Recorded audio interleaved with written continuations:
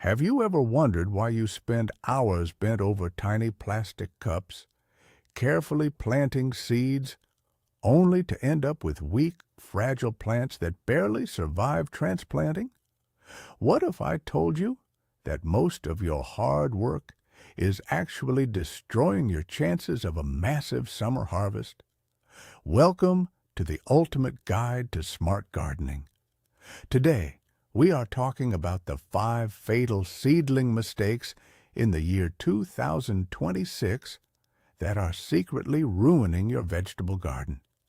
I am going to share a shocking truth with you right now.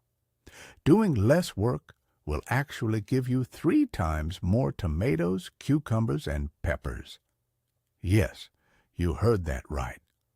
We have been brainwashed into thinking that growing food requires endless back-breaking labor. But true garden success comes from understanding nature, not fighting it. In this video, I will reveal how the most common advice you hear is completely wrong, and how a few lazy but brilliant changes will transform your harvest forever. Are you ready to stop struggling and start growing like a master? Stick around, because the final secret about preparing your plants for the outdoors will completely change the way you garden. Before we dive into the specific mistakes, we need to understand exactly what a seedling goes through during its first few weeks of life. Think of a tiny seed as a tightly packed battery of pure energy. It holds everything needed to push the first root down and the first leaves up. But once that battery runs out, the young plant relies entirely on you and the environment you provide. In the wild, seeds wait for the perfect combination of warm soil, spring rain, and lengthening days before they even think about waking up. When we bring them inside our warm, artificially lit homes in the middle of winter, we are completely confusing their natural programming. The plant is trying to follow millions of years of genetic instruction while we are forcing it to live on a windowsill above a hot radiator. This massive conflict between nature and our indoor environments is exactly where things go terribly wrong. To be a successful lazy gardener, you do not need to fight the plant. You just need to recreate the signals that tell it to grow strong and sturdy. Let us look at how we accidentally send the wrong signals and how to fix them effortlessly. Every year when winter is still freezing our gardens, we start dreaming about warm summer days and fresh tomatoes. As soon as January arrives, many gardeners rush to open their seed packets. They fill up dozens of little plastic cups with soil and plant their seeds with great excitement. This is the very first and most destructive mistake you can make in the year 2026. It is the dangerous illusion of the early start. You might logically think that giving your tomato or pepper plants an extra month indoors will give you a massive harvest later. You imagine huge bushes ready to produce fruit by early June. But nature absolutely refuses to work on our human schedules. A seedling is a living creature with a very specific biological clock. When you start seeds too early in the winter, you're forcing them to live in a tiny, restricted space for much longer than they should. They quickly use up all the nutrients in their small pots. Their roots start spinning around in circles, desperately looking for room to expand. This early planting actually stresses the plant permanently. Rushing the season like this will ultimately destroy your chances of a heavy summer harvest. To really understand why starting early is a disaster, we have to look at how day length and weather patterns trick our seeds. In the year 2026, spring weather is more unpredictable than ever before. We get strange warm spells in February, followed by bitter cold in April. When you plant seeds inside your warm house, the seed thinks spring has officially arrived. It sprouts and begins to grow, expecting the days to get longer and brighter. But the reality outside is very different. The days are still short, and the sunlight coming through your window is terribly weak. The plant becomes incredibly confused. It is warm enough to grow, but dark enough to trigger panic. The plant thinks it is buried under a pile of leaves and needs to race toward the light. So it stretches. It puts all its precious energy into growing a tall, skinny stem instead of strong roots and thick leaves. This imbalance is incredibly hard to correct later. A smart gardener knows that patience is the ultimate tool. By waiting for the natural light to increase, you align your indoor garden with the rhythm of the real world outside. This stretching panic leads us directly into a condition known as leggy seedlings. Think of a runner who starts sprinting a mile before the starting gun even goes off. By the time the actual race begins, the runner is completely exhausted and collapses. This is exactly what your leggy seedlings are doing. They are sprinting toward a light source that is just too weak or too far away. The stem becomes incredibly thin, pale, and fragile. It often bends over under the weight of its own tiny leaves. When you eventually try to plant this exhausted seedling into your outdoor garden bed, it has no reserve energy left to handle the shock of real wind and real sun. It will just snap in the first gentle breeze. Many people try to fix this by burying the long stem deep in the soil. While this sometimes works for tomatoes, it is a terrible strategy for most other vegetables and fruit bushes. The buried stem often rots, inviting disease and pests right into the heart of your garden. The lazy gardening approach is to simply avoid this entire exhausting process from the very beginning. So, what is the effortless solution to this timing problem? The lazy fix is beautifully simple and requires absolutely no hard work. All you need to do is calculate backward from your last expected frost date. Find out when it is truly safe to put tender plants outside in your specific area. Then look at the back of your seed packet. If it says to start seeds 6 to 8 weeks before the last frost, do not start them 10 weeks early. Do not even start them 8 weeks early. Be a smart, lazy gardener and start them exactly 6 weeks early. Let February pass by without planting a single seed. Enjoy your free time. Read a gardening book. Drink some tea. When you finally plant those seeds at the correct time, the natural sunlight will be much stronger. The days will be longer. The seedlings will grow incredibly fast, developing thick stems and massive root systems. They will catch up to and completely pass any plants that were started too early. You will save potting soil, you will save space in your house, and your plants will be 100 times healthier. The second major mistake ruining your harvest is a very popular myth about soil sterilization.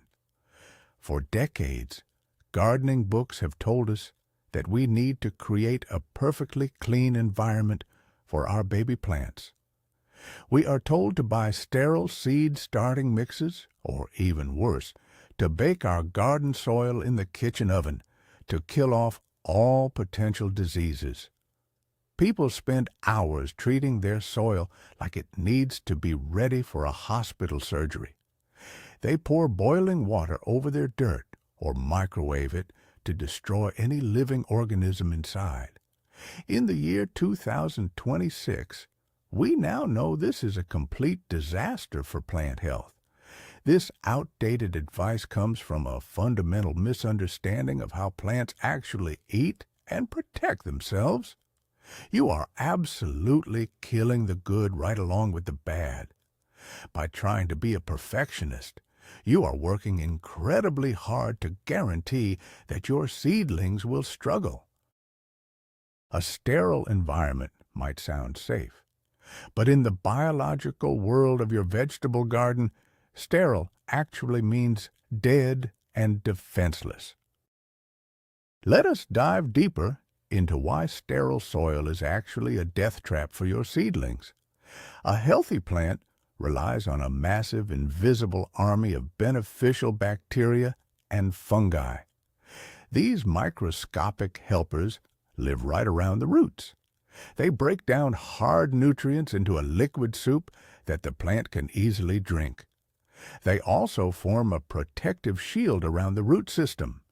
When you bake or sterilize your soil, you murder every single one of these helpful microbes.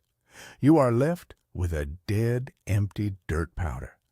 When a seed sprouts in this dead zone, it is completely alone. It has no biological helpers to bring it food. It has no microscopic shields to protect its delicate new roots. The plant has to work 10 times harder just to survive, let alone thrive. This is why seedlings in sterile mixes often turn yellow and stop growing after a few weeks. They are literally starving to death in a pot full of nutrients, simply because they do not have the microbial helpers needed to process that food. You are doing all the hard work, but the plant is still suffering. The situation in dead soil actually gets much worse when we introduce the battle of microbes. Imagine a bustling, healthy city where the good citizens outnumber the bad guys 10 to 1. The bad guys cannot cause much trouble because the good citizens are everywhere, watching and protecting their homes. Now, imagine you drop a bomb on that city and wipe everyone out. The city is totally empty. Who is going to move in first? The bandits and the scavengers. This is exactly what happens in sterilized soil. The moment a single spore of harmful mold or a bad bacteria floats through the air and lands on your wet, sterile soil, it takes over immediately. There are no good microbes left to fight it off. This is the exact reason why so many indoor gardeners suffer from a disease called dampening off, where the stem rots at the soil line and the plant falls over dead overnight. By trying to protect the plant with sterile soil, you have actually rolled out a red carpet for the most aggressive pathogens in your house. The smart gardener knows that life protects life. The lazy and highly effective solution is to build a living soil mix from day one. Instead of baking dirt in your oven, you want to introduce good biology. You can simply take a handful of high-quality, finished compost from your outdoor pile and mix it into your potting soil. This instantly inoculates your indoor pots with millions of beneficial workers. If you do not have good compost, you can buy a small packet of mycorrhizal fungi. This is a friendly fungus that attaches to plant roots and acts like a massive sponge, sucking up water and nutrients for your seedling. Just sprinkle a tiny bit on the seeds when you plant them. That is it.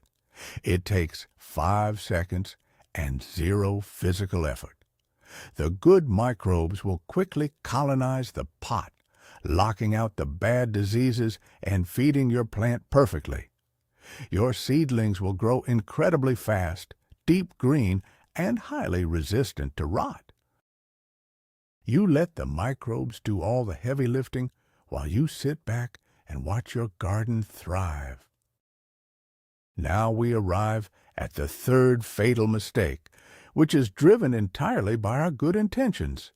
It is the dangerous habit of overwatering, or what I like to call loving your plants to death.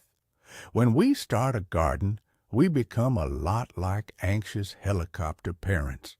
We look at those tiny green sprouts and feel an overwhelming psychological need to do something for them every single day. The easiest way to feel productive is to grab the watering can. We sprinkle a little water on Monday, a little more on Tuesday, and suddenly the soil is a permanent, muddy swamp. We think we are giving them a cool drink, but we are actually drowning them slowly.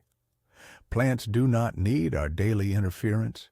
In fact, most plants thrive on calculated neglect. By constantly pouring water over the top of the soil, we are encouraging the roots to stay right at the surface where it is wet, instead of growing deep and strong. This shallow root system makes the plant incredibly weak and totally unprepared for the hot summer days in the garden bed. To understand the true horror of overwatering, you have to realize that roots need to breathe. They require oxygen just as much as they require water.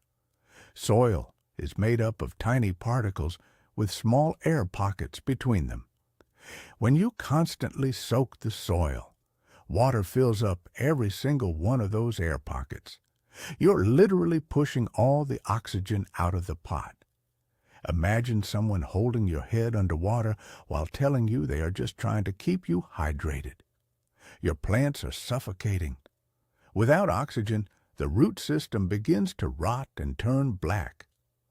The irony is that a plant with rotting roots cannot drink water. So the leaves start to wilt and turn yellow. The anxious gardener sees the wilting leaves, panics, thinks the plant is thirsty, and pours even more water on it, speeding up the death process. This cycle of panic watering destroys thousands of vegetable gardens before spring even officially begins. The lazy gardener knows that allowing the soil to dry out slightly is the secret to deep, powerful roots. The modern smart solution for the year 2026 is to completely abandon watering from the top. We are switching entirely to the bottom watering method. It is the ultimate lazy gardening trick. Instead of pouring water onto the soil surface, you place your seedling pots into a solid plastic tray. You pour the water directly into the tray, about an inch deep. The dry soil in the pots will act like a sponge. Through a process called capillary action, the soil will pull exactly the amount of water it needs up through the drainage holes in the bottom. It drinks from the bottom up. Leave the pots in the tray for about 30 minutes, and then pour away any water that is left over. This method is pure magic. It forces the plant roots to reach down deep toward the moisture, creating a strong, anchoring root system. It also keeps the top layer of soil completely dry. A dry surface means no nasty fungus gnats flying around your house, and it prevents the dreaded stem rot diseases. You save time, you save water, and your plants become incredibly robust. But how do you know when it is actually time to water again without constantly poking the dirt? The secret is learning to read your plant's thirst signals without even touching them. This is where the lazy lift test comes in. Right after you have bottom watered your seedlings and they are fully saturated, pick up one of the pots. Feel how heavy it is. That heavy feeling is your baseline. Now, do not water them again for a few days. Pick up the pot again. You will notice it feels dramatically lighter, almost like an empty styrofoam cup. When the pot feels extremely light, that is your signal to add water to the bottom tray. Do not water based on a calendar. Do not water because it is Tuesday. Water strictly based on the weight of the pot. You can also look at the color of the soil through the drainage holes or gently observe the leaves. Right before a plant truly needs water, its leaves will lose a tiny bit of their shiny gloss and look very slightly relaxed. Waiting for these natural signals ensures you never drown your precious tomatoes again. The fourth major mistake relates to the artificial sun we try to provide. We are talking about light spectrum and distance neglect. Over the past few years, there has been a massive craze for those alien-looking purple grow lights. Gardeners buy these cheap purple panels, stick them in a dark corner, and expect a miracle. At the same time, traditional gardeners still believe that a sunny, south-facing window is perfectly fine.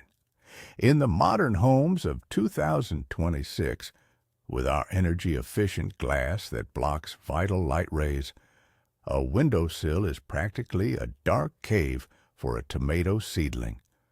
And those cheap purple lights, they often lack the intense full-spectrum brightness a plant actually needs to build physical structure. We neglect the reality that the summer sun is a massive, blinding nuclear reactor in the sky. Our living room windows and our decorative purple desk lamps are simply not delivering enough photons to the leaves. The plants become hungry for light, and a hungry plant is a weak plant. To fix our lighting mistakes, we need a simple lesson in physics called the inverse square law. Do not worry. I will make this extremely easy and totally painless. The law simply means that light loses its power incredibly fast as it travels through the air. If you move a light bulb just a few inches further away from your seedling, the plant receives drastically less energy. Many gardeners hang their grow lights high up near the ceiling, thinking they will illuminate the whole room like a street lamp. To a human eye, the room looks bright. To a baby pepper plant, it is dark and gloomy. For artificial lights to be effective, they must be positioned extremely close to the top leaves of the seedlings. We are talking about keeping the lights just 2 or 3 inches above the plant. As the plant grows taller, you slowly raise the lights. This proximity guarantees that the maximum amount of photon energy is blasting directly into the leaf surface, driving photosynthesis into high gear. When you ignore the physics of light distance, your plants will tell you immediately by stretching their necks. Imagine being stuck in the back of a huge crowd at a concert. You cannot see the stage, so you stand on your toes and stretch your neck as high as you can to catch a glimpse. Your seedlings do the exact same thing when the light is too far away. They abandon growing thick stems and deep roots, pouring all their energy into a desperate, frantic upward stretch toward the distant light bulb. This creates plants that look like fragile, pale threads. When you see a seedling that is 3 inches tall but only has 2 tiny leaves on top, you are looking at a plant that is starving for light proximity. A plant grown under correct, close lighting will remain short, incredibly stocky, and dark green. It will look like a miniature muscular tree.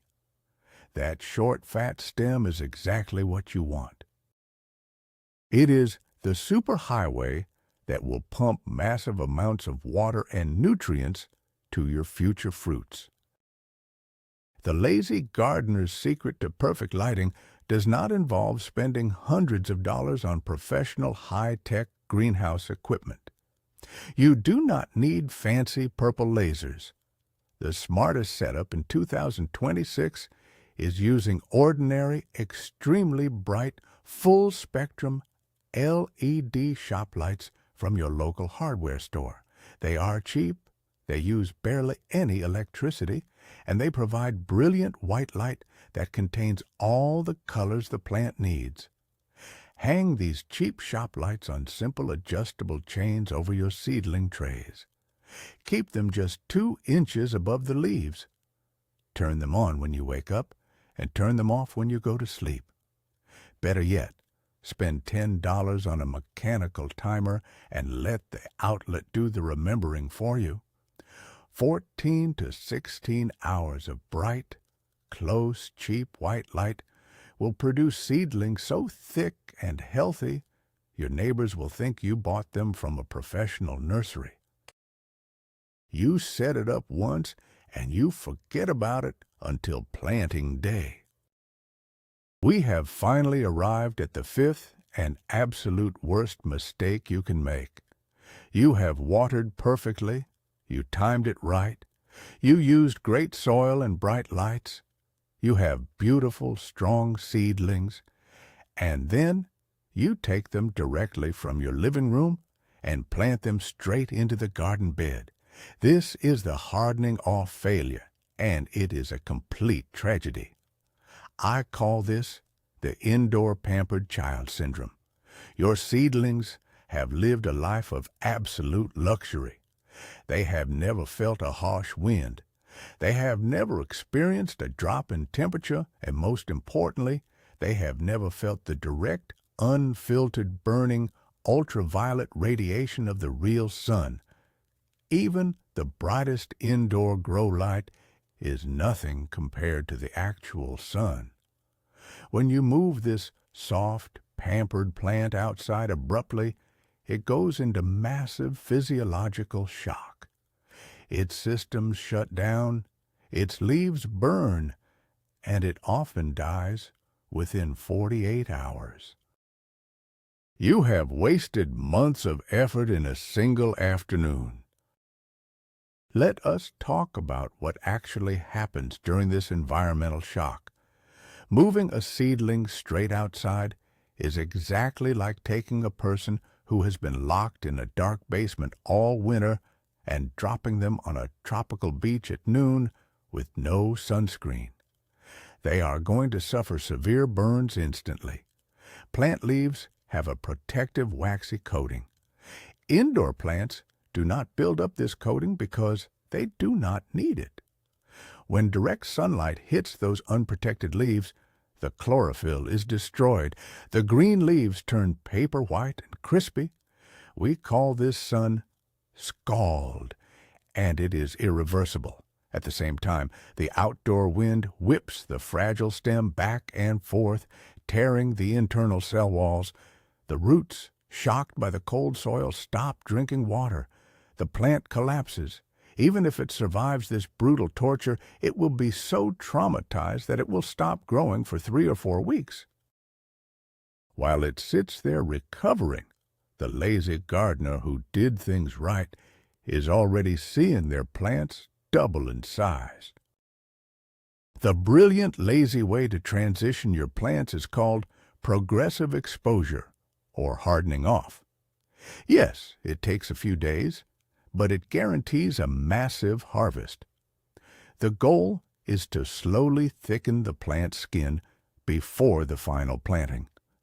Start by taking your trays outside and placing them in a fully shaded area, protected from the wind, for just 2 hours. Then bring them back inside. The next day, leave them in the shade for 4 hours. On the third day, give them 1 hour of gentle morning sun, then back to the shade. Over the course of a week, you gradually increase their exposure to direct sunlight and wind. This gentle teasing triggers the plant to rapidly build up that waxy sunblock layer on its leaves. The stem sways slightly in the breeze, which causes it to build stronger, thicker cellular fibers, almost like lifting weights at the gym.